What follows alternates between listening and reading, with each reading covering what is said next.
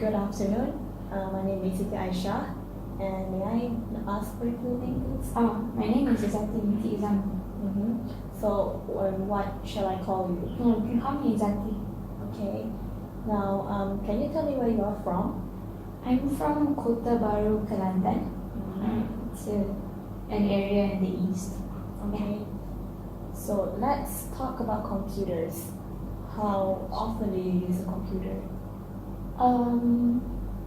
I guess in a week it'd be like 3 to 4 times, because normally I just use it for either my studies or for doing assignments. Okay.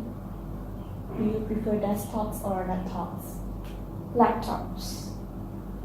Yes, very much laptops, because compared to laptops you can carry them around. So it's easier if you're doing like a group discussion here or there. It's a desktop, I'm not sure if you can just carry that around. Pretty hard. Okay. So do you think it is important to learn how to use a computer? In this modern day, yes, very much, because almost everything is either online or using a certain application to get it done. Okay. So yes, I think the usage of computers, people should learn it these days. It's very important. Okay.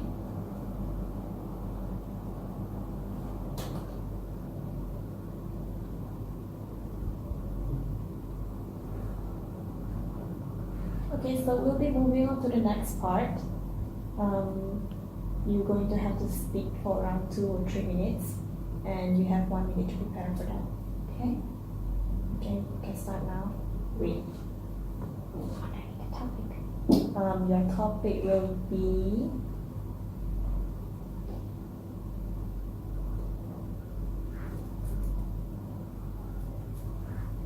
describe a useful website. You should include what kind of website it is, how often you visited it, and what kind of information does it offers. And explain why you think it is useful.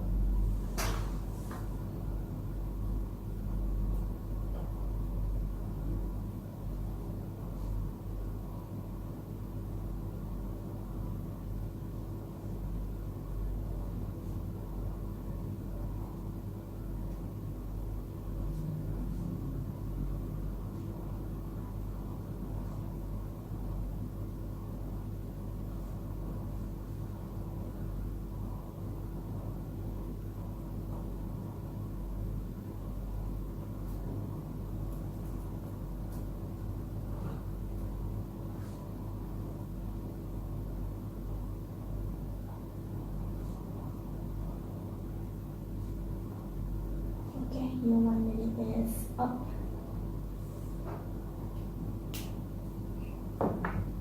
Sorry, is that? Yes. Okay, so a website that I think is useful is this website called Kahoot. Okay. Okay, it's a website where you can make quizzes, and people from around the world can just participate and take those quizzes. So why I think is useful is because this website is actually being used by our lecturers to test us on what we've learned. One lecturer actually just applies it, like makes us take the quiz right after her lectures, so that she can test what we understand and what we don't, which is very interesting, and also because it's also a way for her to test whether the students are paying attention or not. And another reason why I think this particular website is useful is that other than the quizzes that either the lecturers ask you to take, you can also take quizzes from other people. Like there's quizzes on very diverse topics, such as from what I found is that there's like pathology, things related to what I actually study.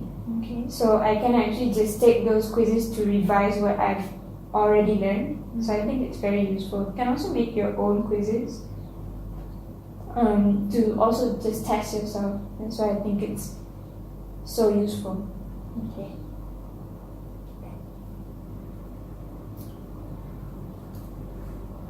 moving on to the next part.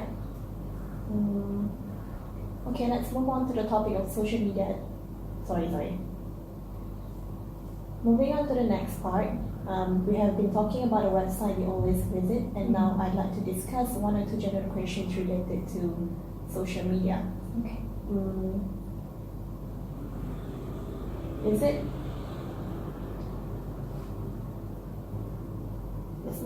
Let's move on to the topic of social media addiction. Is it possible for someone to be addicted to social media?